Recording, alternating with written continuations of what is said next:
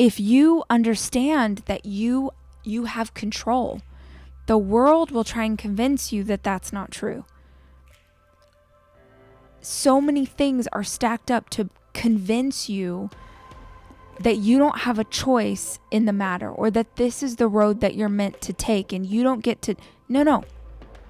You are meant to be the captain of your own ship. You are meant to be the hero of your story.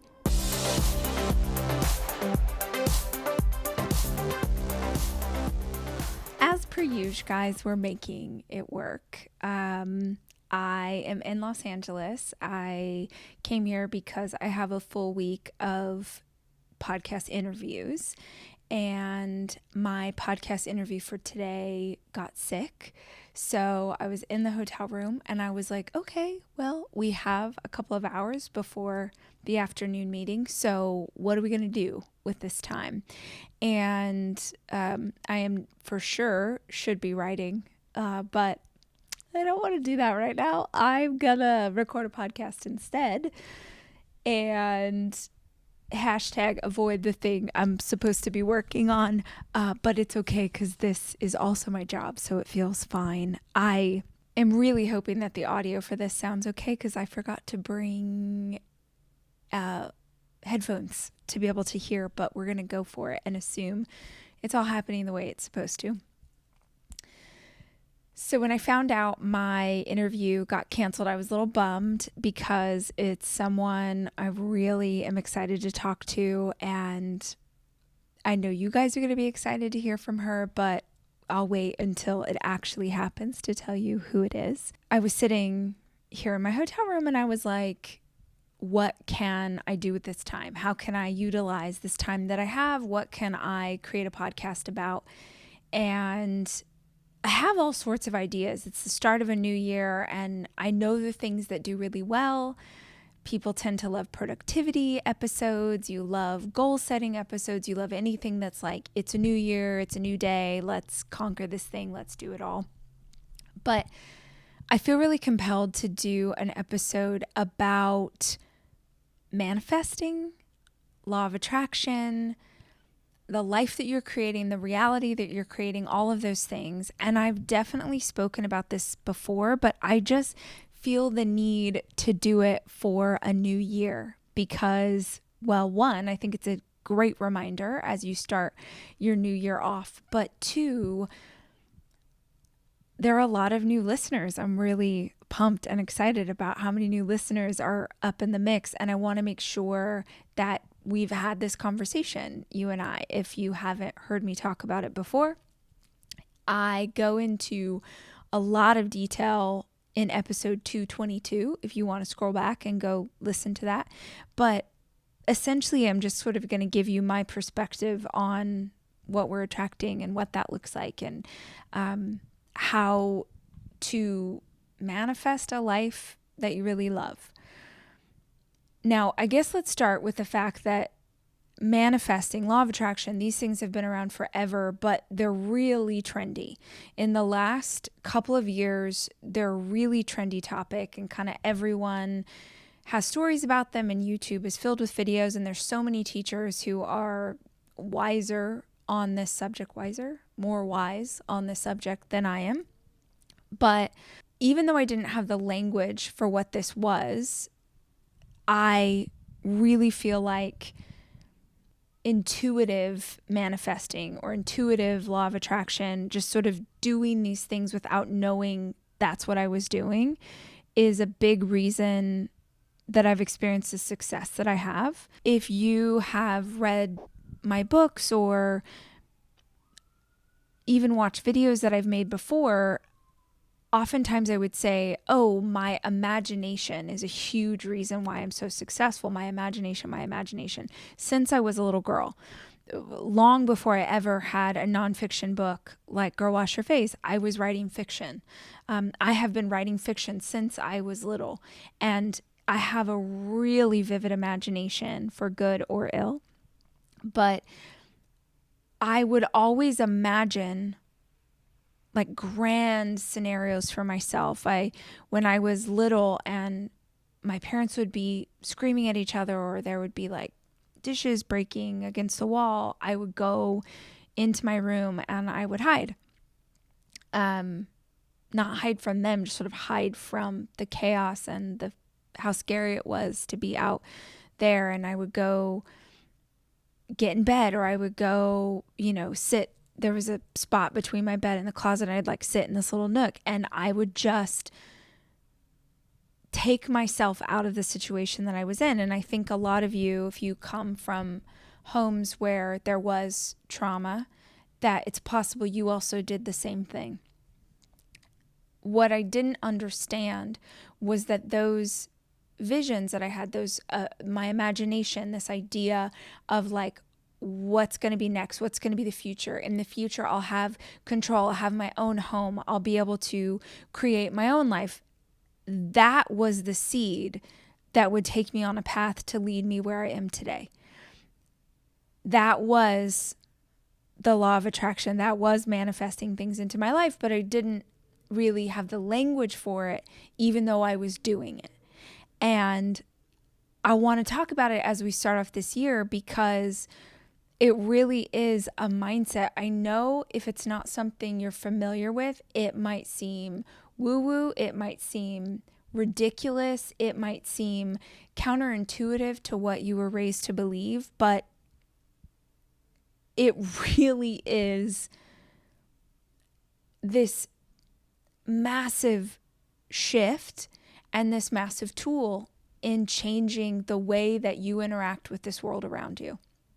Because I think a lot of people are like, you see, like if you read The Secret a million years ago, or you've seen that documentary, I think there's some parts of that movie or that concept that are interesting. And then I think some parts are a little ridiculous.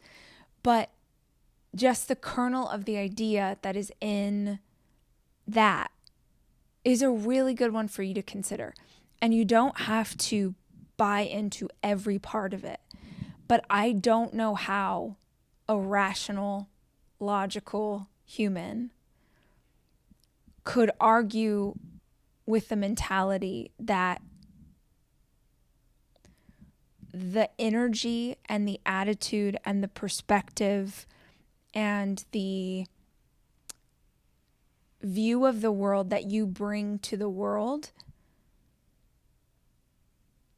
has a huge part to play in what you get back from other humans, from interactions, from opportunities. I mean, we've all had moments where you're having the best day, right? It's your birthday, or you just got a promotion at work, or you just landed a client, or you just landed this, opportunity, something big happened, and you're like in the best mood, and you go out in the world and like everyone you see also everyone's having a great day, and you're like, God, people are so nice, and they're helpful, and they're like opening doors, and they're letting you in traffic, and like everything's working for you. On the flip side, I'm sure we've all had days where it sucks and it's hard, and maybe your hormones are out of whack and you're having a really hard time controlling the way that you're feeling, or maybe your boyfriend dumped you, or you just got in a fight with your sister, or your boss is a jerk, or fill in the blank. Something has happened that's put you in a bad mood, and you go out in the world and it's like everything that you see and interact with, every person just reinforces your bad mood. Everyone's a jerk, traffic is hard, like it all just keeps stacking up to align with the view that you have in that particular moment. I have to believe that every single human being has encountered that. It's not a coincidence. It's not that you're having a bad day. It's not that you're having a great day and everyone else around you is having a great day. It is the vibration that you are putting off into the world is what you are getting back. That is the law of attraction. The idea that what we are sending out into the world is what we get back from other people. It's why a gratitude practice is so freaking powerful. It's why everyone talks about it. Because when you are setting yourself up to practice gratitude and to feel grateful for what's happening in your life, magically, I'm using air quotes if you can't see me, magically, you find more things to be grateful for. So the reason, or sort of the idea for this episode, came because I saw something that was trending on TikTok, I think, that was the quote, lucky girl syndrome. And I didn't even need to watch the videos to know what that person was referring to, because that shit is real. It is real. It is real. It is real. Not everyone's circumstances are the same, obviously. There are so many people in this world, which means there are so many different stories and narratives.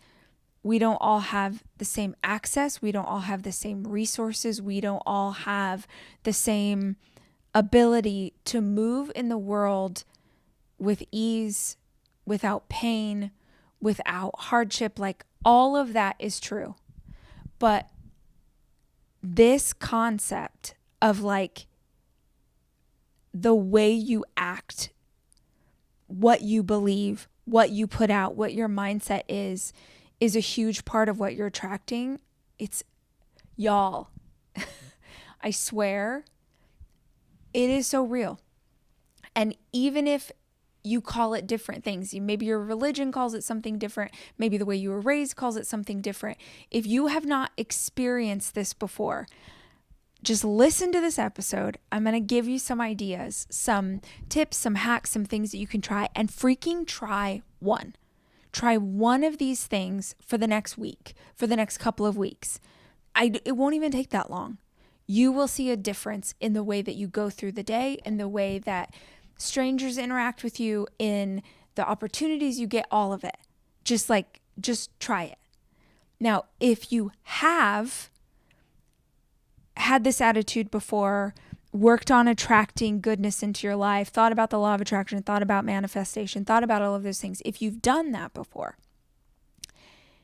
and it's worked, then this conversation that you and I are having, whether you're watching this on YouTube or listening to it on the podcast, is to remind you to get back into that mindset. I say this because I need reminders to get back into my higher state. Like, the holidays takes it out of me. The holidays takes like my best self, my highest level self. I hope that someday, probably when my kids are older, that I can get through the holiday season and feel like I'm still operating at my highest spiritual levels and connecting with God in the way that I want to, and like practicing and being the person I want to, and meditating every day and like doing all those things. But there's something about the holiday season that always throws me off. And then I get into New Year's. I love a new year. I love a goal. My birthday just happened. I turned 40. I was so excited. But then if you listen to my episode last week where I did a check-in on my current life, I've had a really hard start to the year because I was going to say, like, please don't roll your eyes at this, but I think most of you will get it. My dog was very seriously injured and is still very seriously injured and still not out of the woods. And every day is a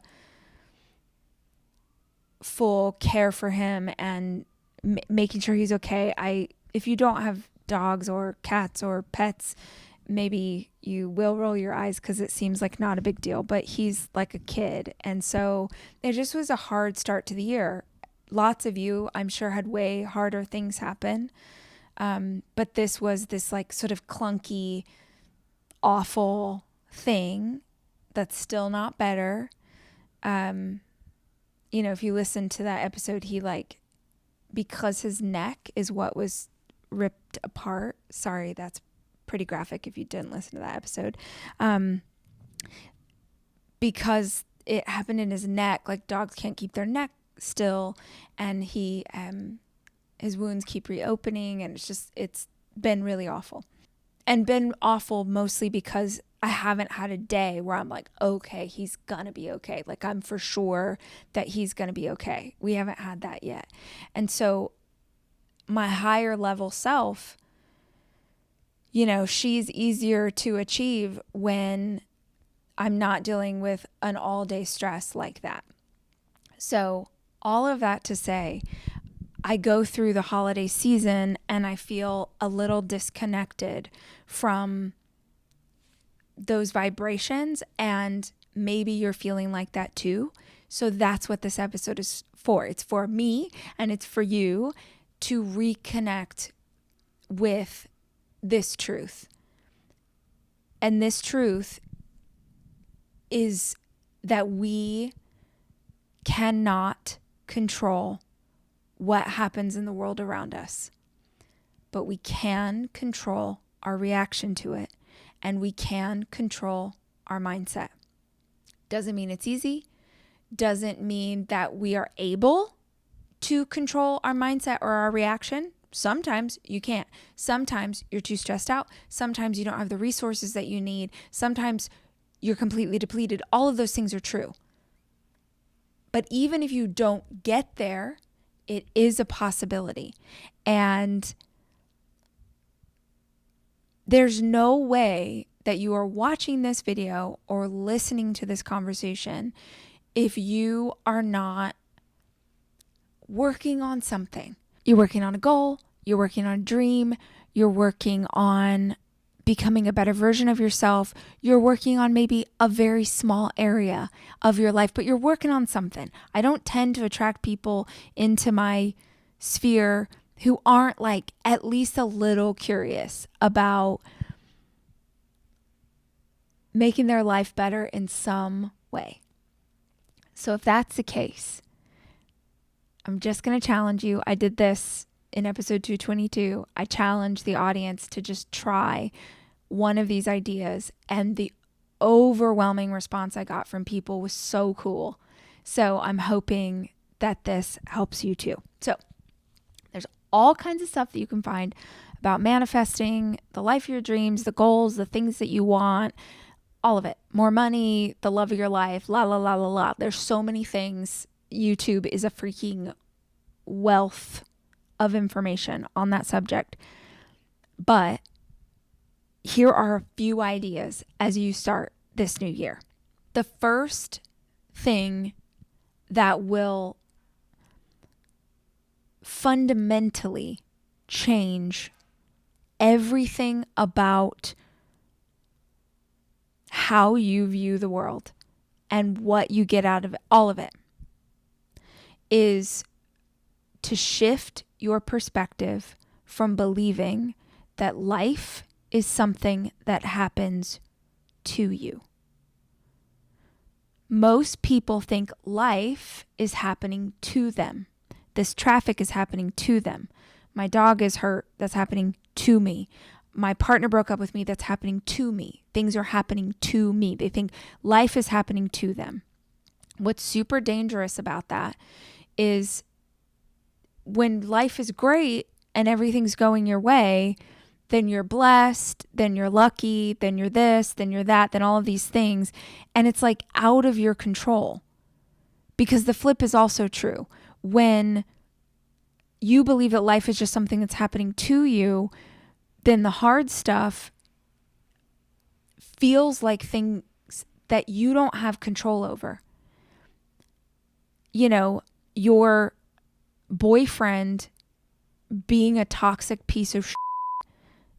You don't have control of him, but you certainly have control of why you're in this relationship, what's going on, why do you keep putting up with that? This is not to blame you for his behavior, but you are in control of the decision that you make today about whether or not to stay in that place. If you believe that life is happening to you and you have a job that you hate, like a dead-end job that you hate, but you're like, well, this is my lot in life. This is what I got. No. If you understand that you have control, the world will try and convince you that that's not true. So many things are stacked up to convince you that you don't have a choice in the matter, or that this is the road that you're meant to take and you don't get to. No.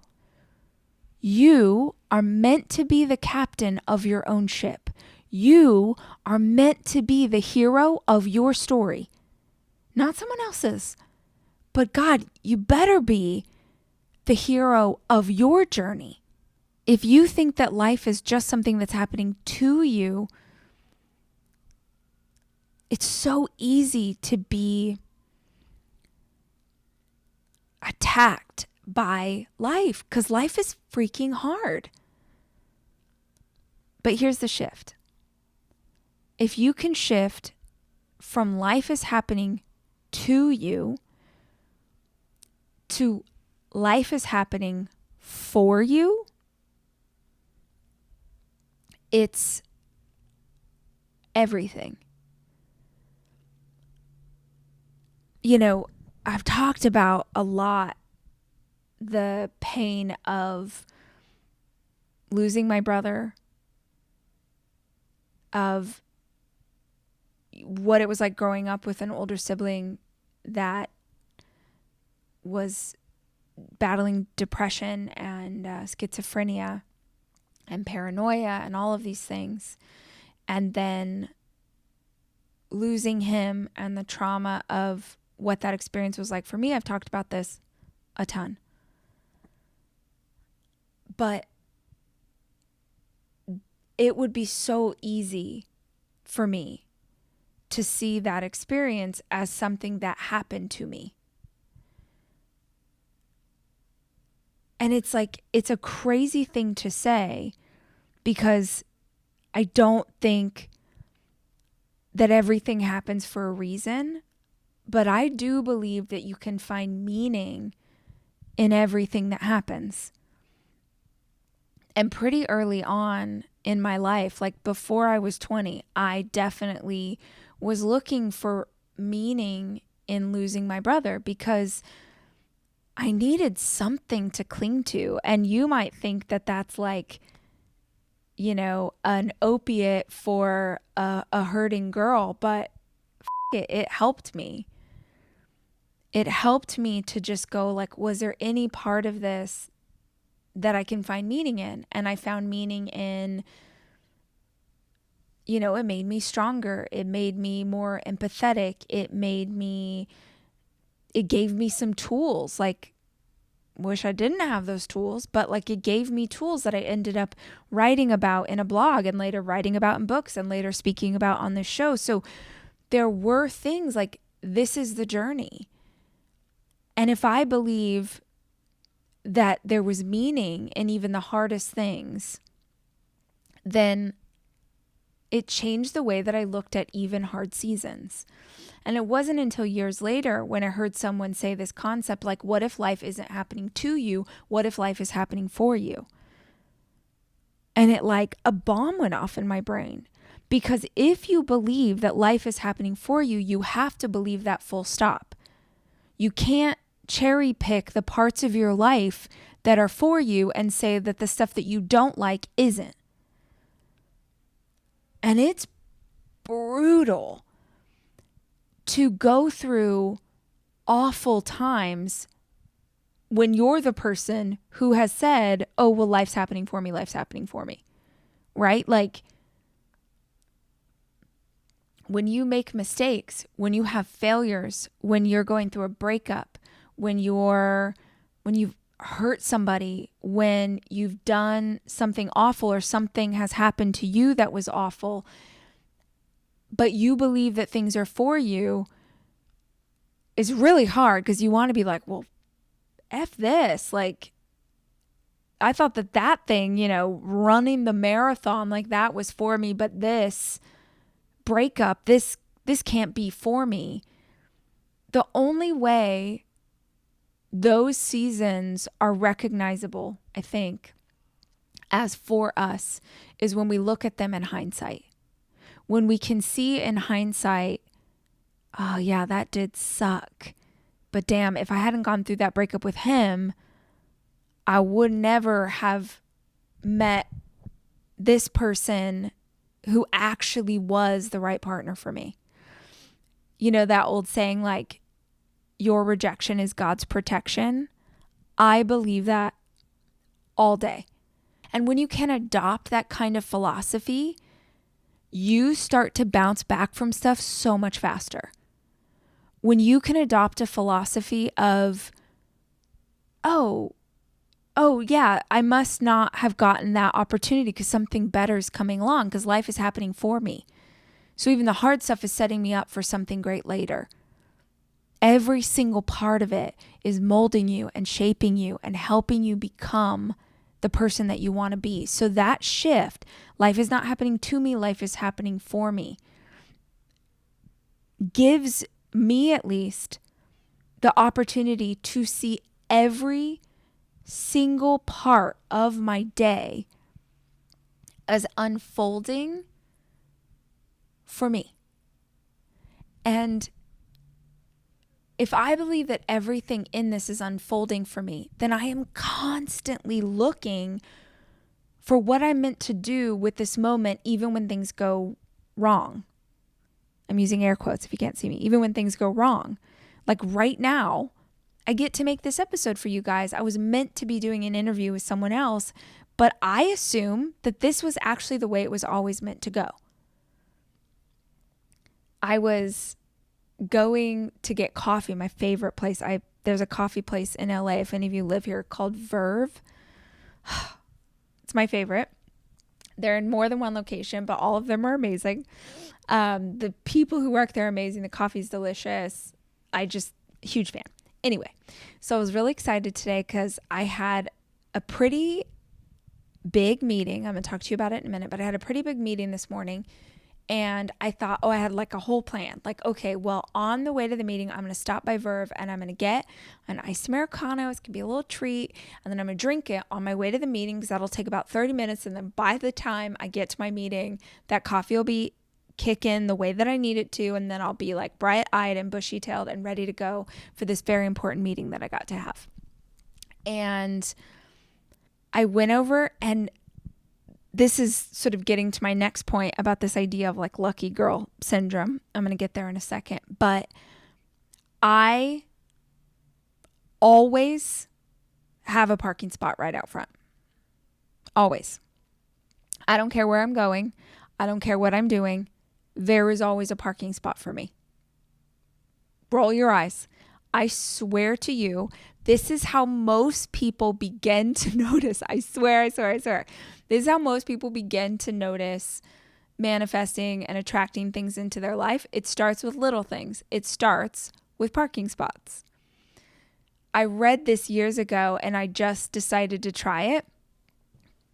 Ask my friends, ask my boyfriend, ask my kids. There's always a parking spot for me. And in fact, when I'm driving anywhere and I know it's going to be a little bit hinky, like what's the parking situation going to be? West Hollywood, going to Verve, like it's going to be a situation.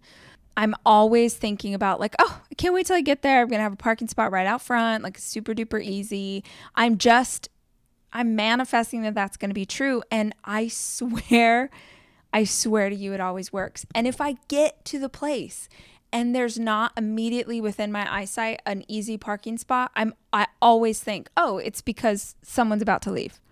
Always. So today I'm like, okay, where's my parking spot? And then I see just right across the street from Verve, there's a little parking spot. Pull up, get out to go pay my meter, and discover that this particular meter is not available for parking during the weekday. It's only available on the weekend. And it was like a loading zone, and I probably could have gotten away with it, but well, number one, it's West Hollywood. They don't love anything as much as they love giving you a parking ticket that costs like $1,000. And two, I was like, no, it's fine. If this isn't available, it's because there must be something. So I do a flip, as we used to say in high school, flip around, come to the stop sign, and literally right in front of the coffee place, a car pulls away. And I just do another flippy do, pull right in front. And I'm just sort of smiling to myself because I'm like, oh, of course, how lucky. This is amazing. Always got my parking spot. Go to pay my meter. 42 minutes left on the meter. Fantastic. I loved that too because I was like, well, I'm only going to be here for like 8 minutes. So someone else is going to get some good time on this meter as well. But I always assume, whether it's a little thing like finding a parking spot, like getting into one and then realizing, oh, that's not going to work. I always assume, oh, it's cool because something better is coming. So you practice this in little ways and then you start to manifest it in even bigger ones. When the person canceled today, I was like, oh, it must be because we're going to have an even better conversation later on, and I get to do the solo episode for you guys. I remember for years, I swear this is true. You know, Oprah's my hero. I've loved her since I was a little girl. For years, I would be at events and I would walk into the room and they'd be like, oh my God, did you see Oprah? She was just here. And I'd be like, what? Where? Or I remember going to the Oscars one year and she was there and I wanted to see her in person. I never had seen her in person and I wanted to see her, and she was like sitting I was up in like a high balcony and she was like in the balcony. So basically I could have seen her anywhere in the room except for exactly where she was underneath me. For years I would be at events and she would have just left, or I would find out later that she had come after I left, and like I was like, this is nuts. But I decided at some point that the reason I had never met her or seen her in person was because when we finally did meet, it was going to be something really special. And it was. I actually just did a little episode not too long ago about the incredible lesson that I learned from her, if you want to go listen to it. But essentially, I ended up having the most amazing experience when I got to do an opening keynote for her when she was on tour. And then we hung out in the dressing room and it was so amazing. And that being my first interaction with my hero, I promise you, was a million times better than me maybe getting a fleeting glance of her at some random industry event. So I just always assume that if it's not working, it's not working yet. It's the word yet. It hasn't worked yet because something even better is on the way. You know, someday you're going to meet the person that makes you understand why nobody else worked out before them. I believe that. The question is, do you believe it too? Because whether or not you believe that is going to be a huge determining factor in the kind of partner you're attracting to your life. I am looking for a place here in LA. I have to come here a lot for the podcast. I come here a lot for interviews, and it's much easier. As you can imagine, it's much easier doing in-person interviews with people in Los Angeles than it is in Austin. I like to think that I'll have a show that's so massive that people will happily, go out to the country in Austin, Texas to talk to me, but we're not quite there yet. So I'm looking for a studio, like a house and a studio that when I'm in town, I have a place to stay, and also it can be where we record. And I've been looking for months and months and months. And a big problem is just everything that there is available for rent is like, it doesn't have a lot of soul. In LA, I don't know if you've given Zillow a gander in Los Angeles. It's a lot of these like what would have been a cool old house, but then they knocked it down and built like a weird boxy mini mansion thing. And there just isn't a lot of soul, and it bums me out because every time I come to town, I'm in a hotel room and then we're looking for studios to shoot in, and it's a big pain. But I always have this like instinct to like, oh, I'll just go rent whatever. It doesn't matter. To like, let's just get a place. And I'm like, no, I feel guided that some amazing space is going to show up, that the most perfect, centrally located, beautiful little house that is going to be gorgeous natural light for shooting video and doing interviews, and it's going to be this space for conversation and like meeting cool people and like all of it. Every time that we'll find a place and like we miss out on it, or we think something's going to be good and then we go see it and we're like, this sucks. I just assume it's because something great is on the way. Maybe that takes 6 months. Maybe it takes a year. I don't know. But I believe that everything is happening for me.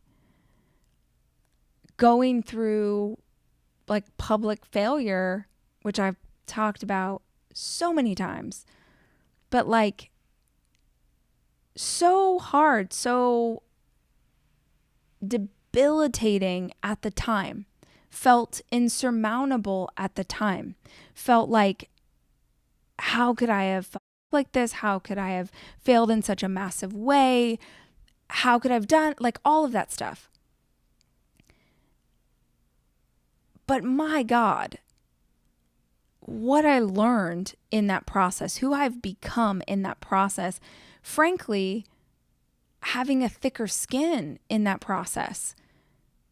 I mean, I don't know how you can, in this day and age, put yourself out into the world in any way if you are not constantly like reconnecting with your values, who you are, what you believe, why you are doing this work, all of those things. That is a lesson that I learned through getting it wrong. I bet a lot of us have stories about an ex that we're like, holy shit, that was a thing. But if we hadn't gone through that thing, we wouldn't know how good could be.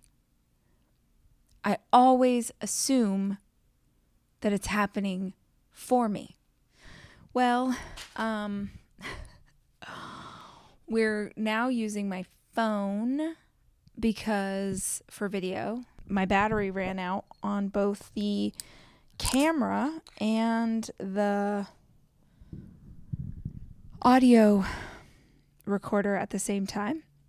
And how that is for me, I'm just being silly, but I had to go to 7-Eleven, which is not far away, to get batteries. And while I was there, I got to get a sparkling water. So guys, life is happening for me. You work to shift your perspective that life is happening for you, not to you. And again, the best way that I know of to do this is by looking backwards, by looking at things that have happened in your past and identifying. Now I'm going to burp because I'm drinking sparkling water. It's really sexy. But by identifying how things that have happened in the past were happening for you, it helps if you can look at times where everything felt really hard. It felt like things were falling apart, but your perspective now would tell you that things were actually falling apart so that a new foundation could be built so that you can become a new and different version of yourself. The second concept, the second thing that I want you to take into this new year and potentially consider trying is, I'm using air quotes again, the lucky girl idea, the lucky girl mentality. This works if you're a boy, this works no matter how you identify. Just changing your perspective that you are the luckiest person on earth. And how I know that you can pull this off is because most of us are trained to believe that the opposite is true. How many times have you heard someone say, with my luck, I'll probably get a flat tire. With my luck, the traffic will be terrible. With my luck, I heard Wayne Dyer say this years ago. He's like, why would you ever say with my luck, but not follow it by something affirming? Like, well, with my luck, I'll probably win the lottery twice. With my luck, I'll get offered the job of my dreams. With my luck, I'm about to meet my new best friend at the 7-Eleven. With my luck, I'm probably going to go out tonight and find the partner of my dreams. How you talk about your life is hugely impactful to the kind of life that you have. Period, full stop. Our words have incredible power over what we believe and how we see things. You know, is the cup half full or is the cup half empty? How you speak about what's happening to you shapes how you believe it. And it's why affirmations are so popular. It's why affirmations work so well. Again, go watch YouTube videos with people who are much smarter than I am explaining the power of an affirmation, not just the woo-woo power of an affirmation, but the psychological power of an affirmation, of speaking your desired outcome into existence. The lucky girl idea is the same thing.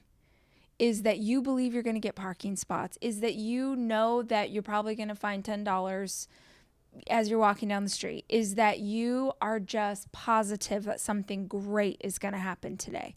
When you have that perspective, the great thing that happens might be that you see a bird get a French fry and it's the happiest bird ever, and you experience this like cute moment with nature. That could be the great thing that happens today. Or the great thing that happens today could be that your best friend tells you that she's pregnant, or that, your kid got the part in the play that they were going out for. Like, when you believe good things are going to happen, good things happen, because good things are always happening. The difference is that now you notice them. And when you are guiding yourself towards noticing, being lucky, being blessed, experience goodness, it starts to grow. It's the craziest thing, but it starts to grow. We talked about the law of attraction. The lucky girl idea is the law of assumption. You assume the good things are going to happen, and they do. You assume that it's all going to work out, and it does. You just assume. If it's like, I was scrolling through Instagram, and I saw Tom Hanks, like an old conversation he had that someone was like replaying, where he was talking about this too shall pass. He's like, those moments where everything's going perfectly and you think you figured it all out and everybody gets you and loves you and it's awesome. This too shall pass. And also the hard parts, the crappy parts, the parts that suck, the times in your life where you feel so confused and like you're failing and everything's going wrong, this too shall pass. I love the reminder that life is long. And if you're not figuring it out right now, if it's not working out right now, but you assume the law of assumption, you assume that it's going to work out in the future because life is happening for you, it gives you hope in the present. See, people get all fired up. People have way too much time on their hands and, lots of things to feel frustrated about, I guess. We'll get really fired up and try and like take on like, manifesting, or like the law of attraction, or this is like not biblically aligned, or this is not, whatever. They try and find fault with this, but I don't. Fine, like believe whatever you want to believe, but I don't understand, of all the problems that we face in this world, of all the hardship, of all the children who will go to bed tonight without food, of all the people who will sleep on the streets in your town, that this is what you're using your energy for, is to attack the concept of attracting goodness into your life. I don't understand how this idea could possibly be hurtful. It's gratitude. It's speak it into existence. It's imagination. It's the power of prayer. But I suppose the difference in this is that you are having absolute faith in it working out in your favor, as opposed to saying a prayer and hoping that things will change. Which brings me to the third concept when it comes to manifesting, and you manifesting new, exciting, good things into your life. And that is acting as if. Now, I've studied this concept a lot. Once I knew it had a name, I've studied it a lot, from Dr. Wayne Dyer to Eckhart Tolle to Esther Hicks and Abraham, Joe Dispenza, like if someone has talked about manifesting in the last 20 years, I've read the book or watched the YouTube video or done whatever I can to understand their perspective of how it works. But the people that I would identify as sort of the master level thinkers, the teachers that are most wise, not, new YouTubers who are exploring the subject, which is very important and in a lot of ways exactly what I'm doing right now, but like the people who have studied this for decades. The one fundamental through line they all have to say about the subject of manifesting is that the way that you actually manifest something is that you act as if you have already received it. That is the huge shift, is that people think, oh, I'm going to call my shot. I'm going to ask for this thing. I'm going to create the vision board, and then I'm going to focus on it. But the problem is that in their focus, what they're accidentally doing is focusing on the lack of not having it. They're like, I'm trying to manifest, my dream partner. Love's coming to me and I'm worthy of love and I want this person and I've done everything I can to prepare. They're like saying all these things. But what they don't realize they're doing is accidentally obsessing over where is he?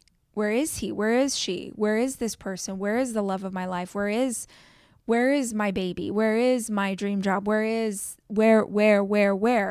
So what you're actually giving energy and vibration to is the lack of what you want. So you keep putting power and energy into not having the thing instead of attracting the thing. Manifesting says you do not attract what you want. You attract what you are. You attract at the level of the vibration that you are putting out. So if you're hoping for, dreaming for, wanting a certain thing, all the masters say, you have to act as if it is already yours. You have to go through life as if your blessings are already covered, as if your bills are already paid, as if the opportunities are already showing up. That's what attracts more to your life, is acting as if. It's a really hard practice to get a hold of. I think like the most basic level, if you've never done this before, start with just calling your shot. Start with knowing what it is you want. Start with being crystal clear to God, the universe, whatever you believe in. This is the thing that I want to attract to my life. Be detailed, be specific. This is where imagination comes into play. This is where guided meditations are really powerful. Just obsess over what it is you want so it is crystal clear in your mind. There is no confusion for me and the universe of a very specific project that I am manifesting. I have mapped it out. I've seen it. I've thought about it from every different angle. And then I found one image of this thing that if this image were made manifest, then this thing would come true. And it just so happens that the meeting I had this morning is about this thing. And I'm not even, just getting the meeting is, I just said huge because I was trying not to say huge. I'll just say huge. It was huge. Just getting the meeting. And everything about this meeting, the meeting kept shifting. It changed days. And I sort of would start to be like, oh gosh, maybe it's not going to happen. And then it changed locations and like, where is it happening? Whatever. And then I was walking to the meeting today and I was like, I can't believe that I'm having this meeting. Just that is a dream come true to my 20-year-old self. Like the gratitude that I felt just walking. I'll just tell you, I was on a back lot here, like a studio lot, and I was walking to this meeting. And I know this is like, I'm putting a monocle on if you can't see me. My friends and I, for the longest time, like, we put a monocle on if you're saying something so fancy that you basically sound like a douchebag. I'm giving myself a monocle right now. But if you grew up loving movies, or you love movies, and you've ever gotten to go to a studio backlot, Disney, Paramount, Fox, Sony, whatever, it is impossible. I don't care how long you have gotten to do cool stuff. If you're walking across the studio backlot, it's freaking magic. It's magical. When you work in an industry where you understand how many freaking things would have had to align so perfectly in order for the magic of that movie to be made, those actors, that producer, that director, that writer, all had to come together. It all had to work out. The timing had to be there. The money had to be there. All of those things had to align so that you and I can love the movies that we love. That's magic. So getting to go on a studio backlot, and there's all these like sound stages, and you see movie posters of things that were made there, and just the history of these places, which have been here forever. Like, I was like, I cannot believe that I'm just getting to walk here, like unescorted, just walk into a meeting. And it's so crazy because when I left, I was driving back to my hotel. I drove by this craptastic Subway that I used to get lunch from when I was an assistant a million years ago in LA. I would get lunch from this Subway if I had money. If I had money. Like, most of the time I was, barely just trying to have gas money, and I was like eating the free bagels that they gave us at work. Like, I did not have money for Subway, but every once in a while I would have a little extra and I could get lunch at Subway. And same Subway, same spot, same crappy parking lot, same dirty, the whole thing. And I was like, just having this fully present moment of awareness that I had just left this meeting that I had been manifesting for a while. And I'm looking at the memory of 20 years ago, hoping that I could afford a 6-inch tuna sandwich. It's wild. But like I said to you earlier, life is long. This is a long life. I think that's probably why the concept of manifestation also rings so true for me, is because I don't put time limits on things. I don't put pressure on the dream that it has to come true now, that it has to happen today, that I've got to have this thing, because some things happen so much faster than you think they will. And some things take way longer.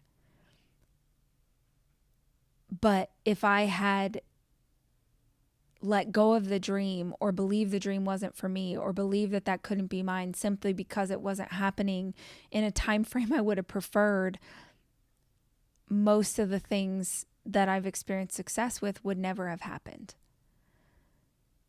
So acting as if, for me, has always been about the visualization of what that's going to look like and what that's going to feel like. When I was a little girl, imagining, someday I'm going to live. This is me. Like, my parents are screaming and things are scary out in the front room. And I'm literally, because I was little and I didn't I didn't know what I was talking about, but I was like, I'm going to live in a mansion. I'm going to live in a mansion in Hollywood, and I'm going to marry Matt Damon, and I'm going to, have this life, and I'm going to drive this car. And I would watch, like, I think E at the time had like Stars Homes or something, and I would watch that show, and I would watch Cribs, and I literally would feed myself with visual information of what this lifestyle was going to look like, because in my brain, and maybe this will only make sense if you've ever lived in financial scarcity, in my brain, I thought, well, if I had enough money to live in a Hollywood mansion, then I would be safe, right? Then I wouldn't be in this house where these people are screaming. Then I would be in control. Then I would be safe. So it wasn't about the money. It was about what the money represented to me. And that visualization, I just would obsess over it. I would obsess. It was just like I would live in that thought process. And I don't know how to explain this, but like I could feel what it would feel like. I would feel happier. I would feel energized. I would feel that feeling. And even today, when I was walking into this meeting, I was like, this is already mine. This is already mine. This is my thing. This is my opportunity to lose, and I'm not going to lose it. So this thing, I don't know when. I'm like Little Mermaid. I don't know when. I don't know how, but I know something starting right now.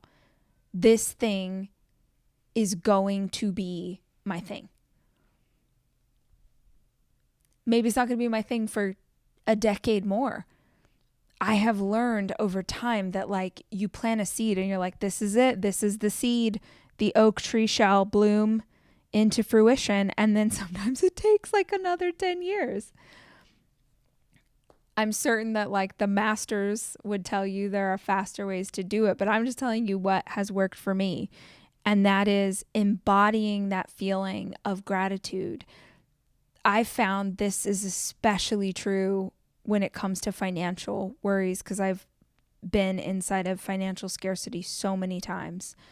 And worrying about money or wondering where it's coming from or obsessing about the lack of it, my whole life, from the time I was a little kid to my early adult life, like throughout my adult life, post-divorce, all of those things, when I am focused on the scarcity surrounding finances, it only, number one, it only makes my fear way more violent, and it just makes my decisions worse. It makes me choose things out of fear instead of wise choices. And so what I have trained myself to do, and it really is a training, and has made such a difference, and you will never convince me, I said this on a recent episode, you will never convince me that an abundance mindset around finances isn't, a huge piece of being able to get yourself out of debt. And it's hard because when you're looking at a bank account, or when you're looking at debt or money that you owe, or, I think of years ago having my phone shut off, your car is going to get collected, you don't have gas money to get to work. Like, I've been in all of those places before. If you had told 20-year-old me that I needed to act as if all my needs were met and all my bills were paid, I would have laughed at you. But I can so easily understand now, with more time and more wisdom, that I was always safe. If my car had been repossessed, if my phone had gotten turned off, it did. All of those things are fixable. I had friends who loved me. I had family who loved me. I had resources, I had options. I always had a job. Sometimes I had 3 jobs, but I couldn't see, because I was looking at worldly things and trying to check like a worldly box on what I thought I needed in order to survive. I saw a study recently that said they asked people who made like $100,000 a year or more what they would need to feel financially secure. And every single person, whether they had $150,000 a year or $10 million, every single person basically said that they would need 2 to 3 times what they currently had, and then they would feel financially stable.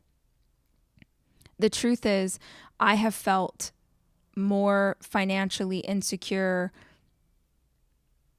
hitting millionaire status than I ever did when I was living in a 1-room apartment and my phone was getting shut off. I felt way more fearful when I had a lot of money than when I had a little. It's not even about the money. Because ultimately the question is, are we safe? Are we okay? You know, do we have food? Do we have water? Do we have shelter? Are the kids okay? It's not to say that you are always going to be in a financial place that is how you want it to feel. But the fastest way I know to shift financial abundance is to understand that you're already in financial abundance. Again, there are people who are way smarter about this than I am. Highly recommend you read some books by Dr. Wayne Dyer, you look up the teachings of Abraham, there are people who talk about this not exclusively. There are people who talk about this with so much more wisdom than I am telling you.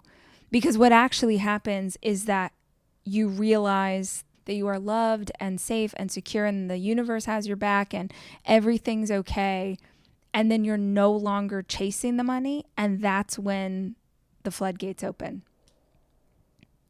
Feels like it should be the opposite, but I swear that is what is true. So act as if you already have the love of your life. Act as if you've got the dream job. Act as if.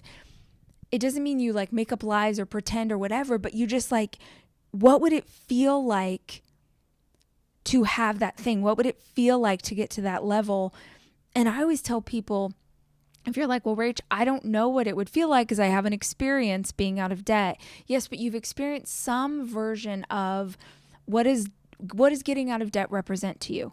Maybe it's a feeling of safety. Maybe it's a feeling of freedom. Maybe it's a feeling of joy. Maybe it's a feeling of getting to take care of other people that you love. Find a memory where you've got that kind of feeling, even if it's on a small scale, and just sit in that. Remember that moment.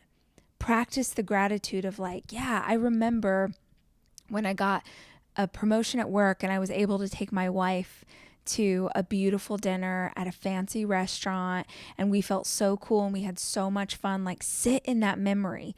Go deep, like get vivid in the detail. What did it smell like in that steakhouse? What did it look like? What did it feel like? What was she wearing? Like, remember every single part of it and just allow yourself for 10 minutes or 15 minutes to just sit in the gratitude and the blessing of that experience, whatever it is. You know, when I was single and I was starting to think about dating again, I was not looking for love. I was like, never, never, never these men. I was just like, no, thank you. But I have the best girlfriends. My best friends are amazing. And I was just having so much fun with my girls. We were like going on vacations and hanging out. We were just having the best time. And I've said this 1,000 times. You will never convince me that I did not attract my partner because I was just constantly in this gratitude and this flow with these amazing friends. And I accidentally attracted my partner who, when I met him, was just like my friend. I literally met this man and I told Sammy and Beans, 2 of my best friends, if you don't know, I went to their house afterwards and I was like, oh, I just met our new best friend.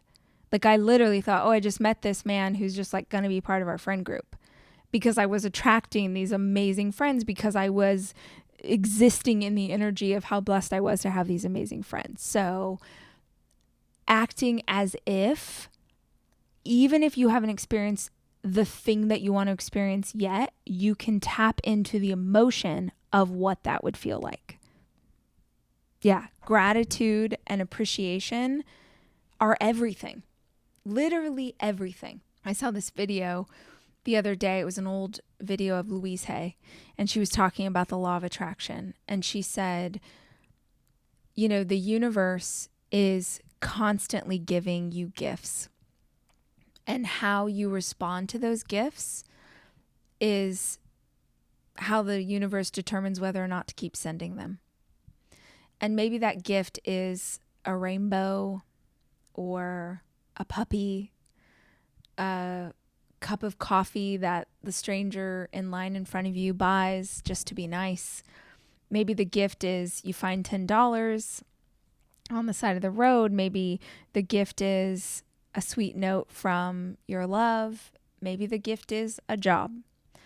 Gifts come in all sorts of packages, but the universe, she said, is always sending them. And she said, imagine that someone in your life gave you a present, and when you opened the present, all you did was complain. Oh, the color's wrong. This will never fit me. It's too scratchy. That person would never give you a gift again. She's like, the same is true for the universe. Are you even aware of all of the gifts that you're being given on a daily basis? Do you even take notice? Because why would God keep sending these good little moments to you when you have no appreciation for what is? When you're focusing exclusively on the bad stuff that's happening, you're just giving energy to more of that. Here's the thing. I think that you get this, but I just want to make sure that you do. Every single day, bad things happen. And every single day, beautiful things happen. Every day, to every single person. There's good stuff. There's bad stuff. There's funny stuff. There's weird stuff. There's hard stuff. There's trauma. There's beauty. Somebody dies. A baby is born. Life is a balance of both of these things. In every single day, both are available to you. The question is, which one do you choose to focus on? That's it. What do you choose to focus on? That is what determines what you see more of. On the simplest level, right? If I asked you to look around the room and count as many green things as you could see right now, wherever you are, you're in your car, you're listening to this, you're washing, as fast as you can, just that's green, that tree, that billboard, that roof, green, that green. Like, you can see a lot of green things. Now, quick, same view, look for blue stuff. Oh, that sign's blue, that car is blue, the sky is blue, that's blue, that little piece is blue, right? When you were looking for green, you saw green because you were laser focused on finding something very specific. When I asked you to change and look for the color blue, certainly you saw pieces of blue you didn't notice the first time around.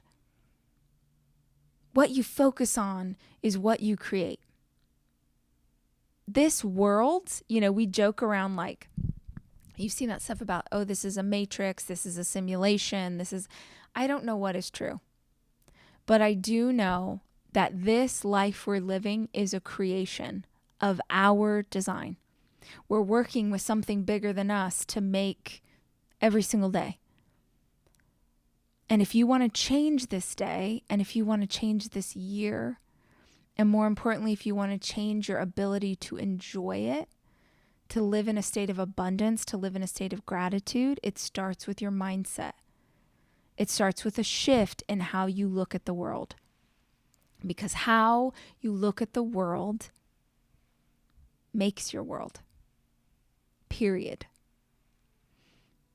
And like I said, I challenge you to this week, just try one.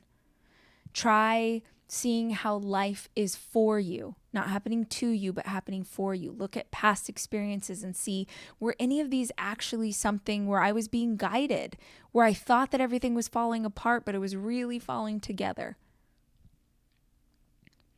Try the lucky girl, the lucky person, the lucky guy. Like, go through your week and go, I'm so freaking lucky. I bet with my luck, I'm going to find a parking spot right out front. I bet with my luck, someone's going to like buy me a coffee. When I did this episode 222, if you want to go back and listen, the challenge I did was the $10 challenge. I challenged listeners to find $10 this week. I know it sounds weird, but it works. Like, if you set out and you're like, the universe is sending me $10. God's sending me $10. I'm going to find $10, $10, $10, $10, $10.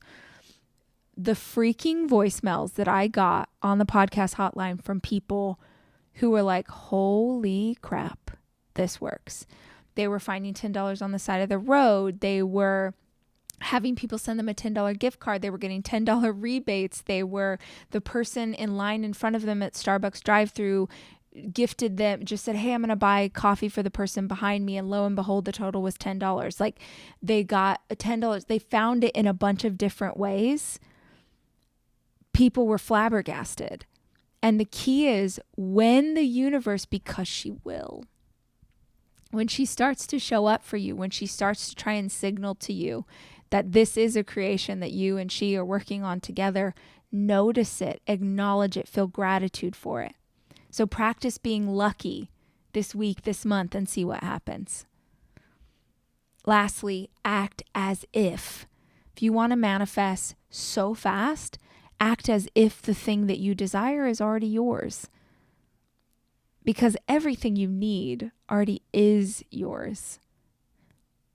That's the joke of all of this, is that we chase these external things. You start in the process of wanting to manifest because you want to manifest something externally. And the more work you do, the more you understand that you really didn't need any of those things, because you have everything that you need already in you. But maybe you're not there yet. So let's start with this. Guys, I hope that this episode was helpful. I hope you got a little wisdom out of it or something that you enjoyed. If you dig it, please help me get the word out. Will you send this podcast episode to someone you love? If you're watching on YouTube, will you subscribe to the channel, give it a like, send it to somebody that you dig, and I'll be back soon with more conversation. And until then, remember, I love you and I'm rooting for you.